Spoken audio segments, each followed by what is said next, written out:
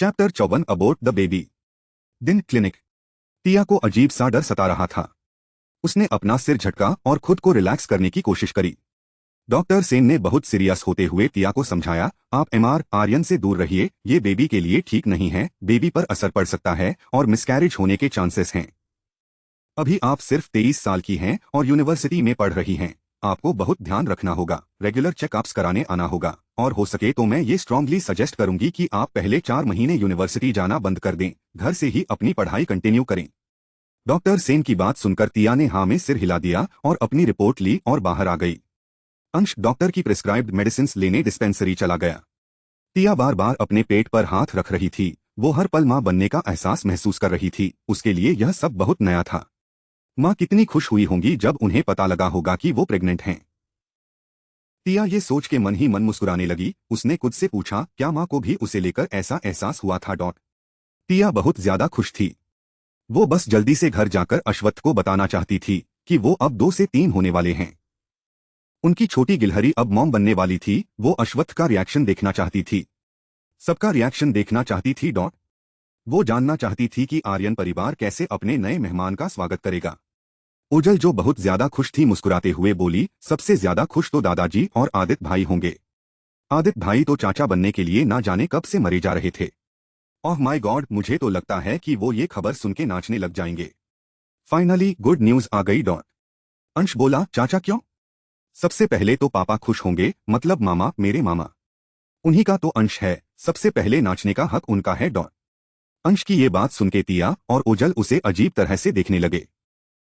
जब अंश ने देखा कि उसको सब देख रहे हैं तो वो हड़बड़ा गया कि कहीं उसने कुछ गलत तो नहीं कह दिया। अंश की बात का जवाब देते हुए ओजल बोली, वो क्यों खुश नहीं होंगे, वो तो सबसे ज्यादा खुश होंगे, उनका बेबी कुछ महीनों में दुनिया में आने वाला है। छोटा डेवल सब पर राज करने। और ये कह के ओजल के चेहरे पे एक बड़ी सी मुस्कुराहट आ गई। तो अंश बोला, मेरी ही बैंड बजेगी मतलब। अंश और ओजल की बात सुनते हुए टिया ये सोचने लगी कि कैसा रिएक्शन होगा अश्वत्थ का। दिन आर्यन पैलेस। घर में दादाजी और अश्वत्थ को छोड़कर सबको गुड न्यूज सुना दी गई थी और सब खुशी से झूम उठे थे। आदित्य को जब ये खबर मिली तो उसकी खुशी का ठिकाना नहीं रहा। वो खुशी से पागल हो गया था और जो आदमी अपनी पूरी जिंदगी में कभी मंदिर नहीं गया था, वह मंदिर चला गया और वहीं से मार्केट निकल गया घर में आने वाले नए मेहमान के लिए खिलौने लेने। दादाजी और अश्वत्थ को ये खुशखबरी देने के लिए एक बड़ा सरप्राइज प्लान किया गया था जो उन्हें रात को पूरा परिवार देने वाला था। रात के 8 बजे आर्यन पैलेस। टिया, अंश और ओजल बाहर से डिनर और सेलिब्रेशन करके घर लौटे। टिया मास्टर बेडरूम में गई तो उसने अश्वत्थ को क्लोजेट रूम से बाल सूखते हुए आते देखा। वो आज ऑफिस से घर जल्दी आ गया था। टिया को देखते ही अश्वत्थ उसके पास गया और उसे अपनी बाहों में भर लिया। टिया अचानक से चौंक गई। अश्वत्थ टिया के चेहरे को निहार रहा था। उसे टिया के चेहरे पर थकान साफ नजर आई और उसने टिया से पूछा, ठीक हो तुम? टिया ने हल्के से हंस के कहा, आई एम सो टायर्ड। मैं शावर लेकर आती हूँ। उससे शायद थोड़ा फ्रेश फील करूंगी। तो अश्वत्थ शरारती अंदाज में बोला, मैं कंपनी दूं। टिया को उसी टाइम डॉक्टर सेन की बात याद आ गई और वो अश्वत्थ से थोड़ा दूर हटते हुए बोली, नहीं, उसकी जरूरत नहीं है। आपकी कंपनी पता है मुझे। उसने अपना बैकपैक बेड पर रखा और अपने टॉप के बटन खोलते हुए बाथरूम की तरफ जाने लगी तो अश्वत्थ ने पीछे से उसे पकड़ लिया और उससे उसका बैकपैक लेते हुए बोला, हे छोटी गिलहरी, क्या हुआ? और टिया को अपनी तरफ करके उसे किस किया ही था कि टिया दूर होते हुए बोली, मुझे नहाना है, आप नहा चुके हो, और जल्दी से बाथरूम में घुस गई। अश्वत्थ उसे देखता ही रह गया। उसे कुछ समझ नहीं आ रहा था कि अचानक से टिया ऐसे बिहेव क्यों कर रही है। पर फिर उसने इस बात पे ध्यान नहीं दिया क्योंकि वैसे भी टिया आजकल बहुत अजीब हरकतें करने लगी थी। उसका ध्यान टिया के बैकपैक की तरफ गया जो उसने हाथ में पकड़ रखा था। उसने देखा कि बैकपैक खुला हुआ है और उसमें से एक फोल्डर बाहर गिरने वाला है। अश्वत्थ फोल्डर को बैग के अंदर डाल के बैग को प्रॉपरली बंद करने ही वाला था कि उसने उस फोल्डर पे हॉस्पिटल का लोगो देखा। वो लोगो देख के वो थोड़ा सा परेशान हुआ और उसने वो फोल्डर बैग से निकाल लिया। वो जानना चाह रहा था कि हॉस्पिटल का फोल्डर टिया के बैकपैक में क्यों है, उसकी तबीयत ठीक तो है। और जैसे ही अश्वत्थ ने वो फोल्डर खोल के उसके अंदर के डॉक्यूमेंट्स को देखा तो उसके चेहरे का एक्सप्रेशन बदलता चला गया। उसका एक्सप्रेशन डार्क और कोल्ड हो गया था। उसने उस फोल्डर को कसकर पकड़ रखा था। उस फोल्डर में टिया की प्रेगनेंसी रिपोर्ट थी। कुछ देर बाद जब टिया नहा के बाहर आई तो अश्वत्थ बेडरूम में नहीं था। अश्वत्थ को ढूंढते हुए टिया उनके बेडरूम से अटैच्ड मिनी बार में गई तो उसने वहां अश्वत्थ को बार काउंटर पे वाइन पीते हुए देखा।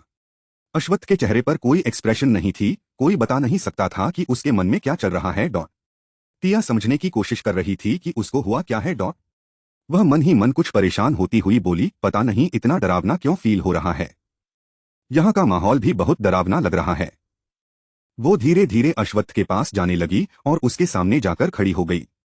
अश्वत्थ ने एक नजर उस पर डाली और ग्लास में पड़ी पूरी वाइन एक ही बार में गटकते हुए टिया को रिपोर्ट दिखाई और उससे पूछा, ये क्या है डॉट। टिया अश्वत्थ के हाथ में अपनी प्रेगनेंसी रिपोर्ट देखकर हैरान थी। उसके चेहरे पर मिक्स्ड एक्सप्रेशन थे। वो अश्वत्थ की बात का जवाब देने ही वाली थी कि उससे पहले अश्वत्थ ने वो बात बोली जिसे सुनकर उसके पैरों तले जमीन निकल गई। अश्वत्थ के मुंह से निकले वो 3 शब्द सुनकर टिया की दुनिया ही पलट गई थी।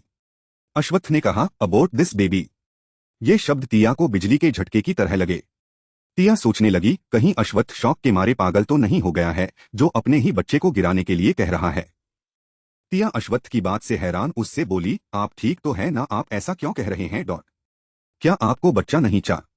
अश्वत्थ ने वाइन का ग्लास गुस्से में फ्लोर पर खींच के दे मारा और उस टूटते हुए ग्लास के साथ टिया के मुंह से निकलती बात भी टूट गई थी और उसके ख्वाब चकनाचूर हो गए थे। वो सहम कर 2 कदम पीछे हट गई। अश्वत्थ के गुस्से से उसका दिल दहल गया। अश्वत्थ फिर से गुस्से में बोला, मैंने कहा इस बच्चे को अबॉर्ट करवा। समझ में नहीं आ रही है मेरी बात तुमको डॉट। बच्ची नहीं हो तुम जिसे मुझे हर बात 100 बार समझानी पड़ेगी। आज से पहले टिया ने अश्वत्थ को कभी इतने गुस्से में नहीं देखा था। अश्वत्थ ने कभी उसके साथ ऐसे बिहेव नहीं किया था। टिया की आंख में आंसू भर आए थे। वो उनको रोकते हुए अश्वत्थ से बोली, आप ऐसे क्यों कह रहे हैं। टिया की बात का जवाब अश्वत्थ ने चेतावनी से दिया, मैंने कहा था ना सवाल तुम नहीं मैं पूछूंगा और मैं पूछ रहा हूं कि तुम इस बच्चे को अबॉर्ट कर रही हो या नहीं डॉट।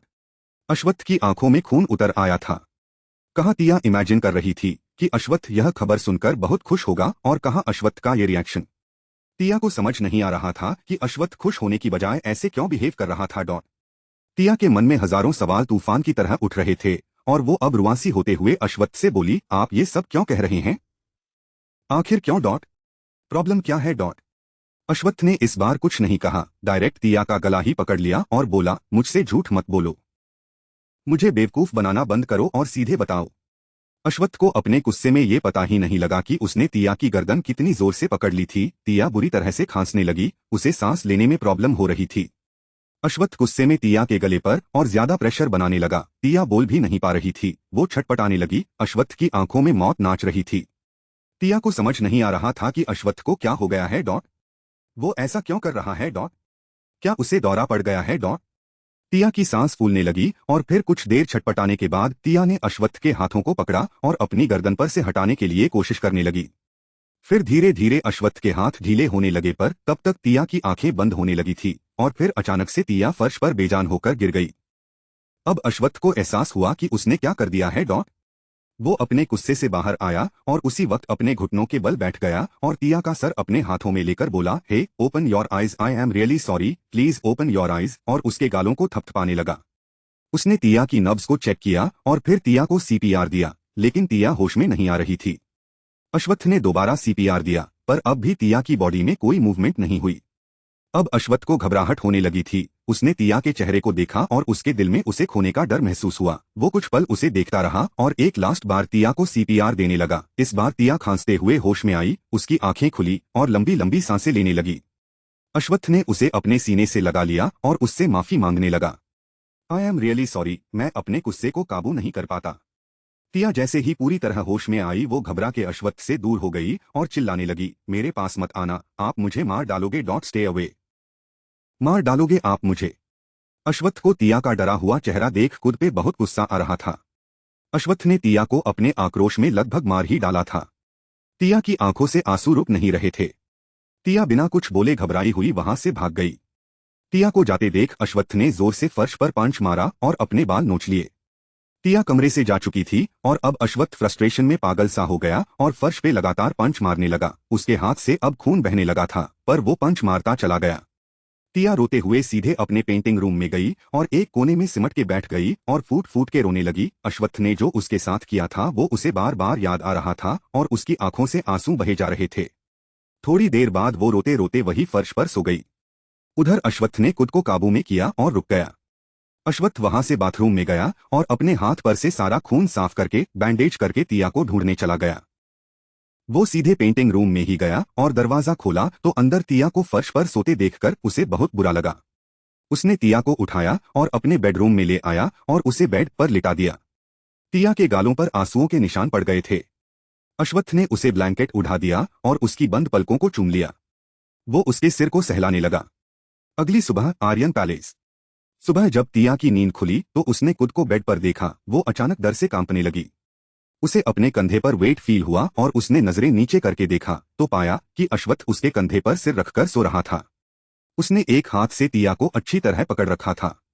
तिया को कुछ समझ नहीं आ रहा था कि वो क्या करे। वो डर के मारे ठीक से सांस भी नहीं ले पा रही थी। उसके माथे पर ठंडा पसीना आ गया था। वो इतना डर गई थी कि उसके दिमाग में अजीब अजीब ख्याल आ रहे थे। वह सब कुछ छोड़कर भाग जाना चाहती थी, पर फिर उसने खुद को थोड़ा संभाला और हिम्मत करके अश्वत्थ को बिना डिस्टर्ब किए उसके सिर को अपने कंधे पर से हटाया और भागकर बाथरूम में चली गई और दरवाजा बंद करके सोचने लगी कि उसे अब क्या करना चाहिए। उसकी खुशखबरी पर अश्वत्थ का ऐसा रिएक्शन होगा उसने सोचा भी न था। उसे इसकी बिल्कुल भी उम्मीद नहीं थी। उसके मन में घर से भागने का ख्याल आ रहा था।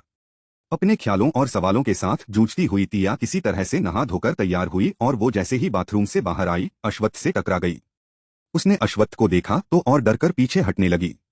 अश्वत्थ ने उसे डरा हुआ देखकर उसे झट से पकड़कर अपने सीने से लगा लिया और तिया के सिर को प्यार से सहलाने लगा और बोला, आई एम रियली सॉरी। तिया अब भी डरी हुई थी।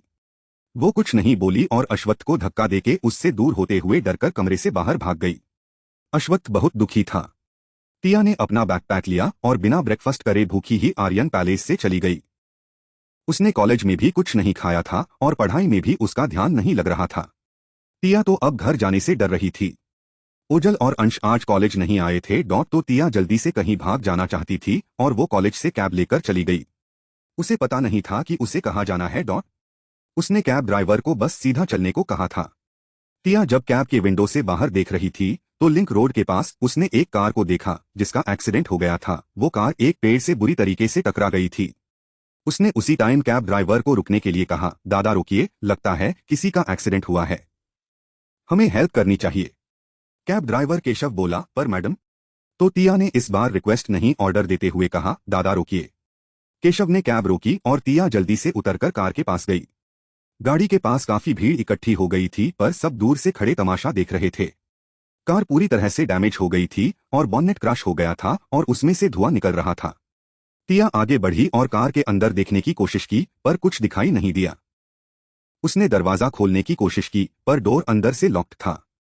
केशव बोला, मैडम कोई पीकर चला रहा होगा और ये हो गया। तो तिया ने इधर उधर देखा और एक पत्थर उठाकर उससे शीशा तोड़ दिया। अब जब उसने गाड़ी के अंदर देखा तो उसके होश उड़ गए। अंदर एक बुरी तरह से घायल एक यंग लड़का था। वो बिजनेस सूट में था। तिया बोली, दादा हेल्प मी, और डोर का लॉक खोलकर उस आदमी के नाक के पास अपनी उंगली रखी और बोली, जिंदा है, जल्दी करिए। फिर उसने इस लड़के की सीट बेल्ट अनलॉक करी और दोनों ने उसे उस गाड़ी से निकालकर कैब की बैक सीट पर रखा। तिया उस लड़के के साथ बैठा गई और उसका सिर अपनी गोद में रख लिया। केशव ने कैब स्टार्ट की और वो सिटी हॉस्पिटल की तरफ चल पड़े। तिया ने उस आदमी के फेस पर पानी के छींटे मारे और उसे होश में लाने की कोशिश करने लगी। उस आदमी को होश आने लगा तो तिया बोली, सर प्लीज होश में आइए, आपको कुछ नहीं होगा सर। उस आदमी ने अपनी धुंधली आंखों से तिया को देखा और दोबारा बेहोश होने लगा। तिया उसे होश में लाने की पूरी कोशिश कर रही थी। उसे बहुत डर लग रहा था। हॉस्पिटल में उसे सीधे इमरजेंसी वार्ड में ले जाया गया। एक्सीडेंट केस था इसलिए पुलिस को भी इन्फॉर्म कर दिया गया था।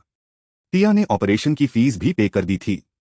सेल्वन कॉलेज के बाहर वेट करते हुए थक गया था और कॉलेज भी बंद हो गया था। सेल्वन परेशान हो गया था क्योंकि तिया का फोन बंद आ रहा था। सेल्वन ने अश्वत्थ को बताया कि तिया कॉलेज से कहीं चली गई है। वो वैसे ही सुबह से तिया को लेकर परेशान था। अब सीसीटीवी रिकॉर्डिंग देखने के बाद उसकी टेंशन और बढ़ गई थी। अब वो खुद तिया को ढूंढने निकल गया। 3 घंटे के ऑपरेशन के बाद उस आदमी की जान बच गई। वो खतरे से बाहर था। तिया ने भगवान को थैंक्स कहा पर अचानक वह खुद ही बेहोश होकर गिर पड़ी। हॉस्पिटल वालों ने उसी टाइम तिया को एडमिट और कुछ इंजेक्शन लगाए और फिर वो तिया के होश में आने का वेट करने लगे। तिया को जब होश आया तो उसने खुद को रूम में पाया। अश्वत्थ उसके पास बैठा था। अश्वत्थ ने तिया को देखा और बोला, तुम उठ गई, और तिया की उठने में हेल्प की।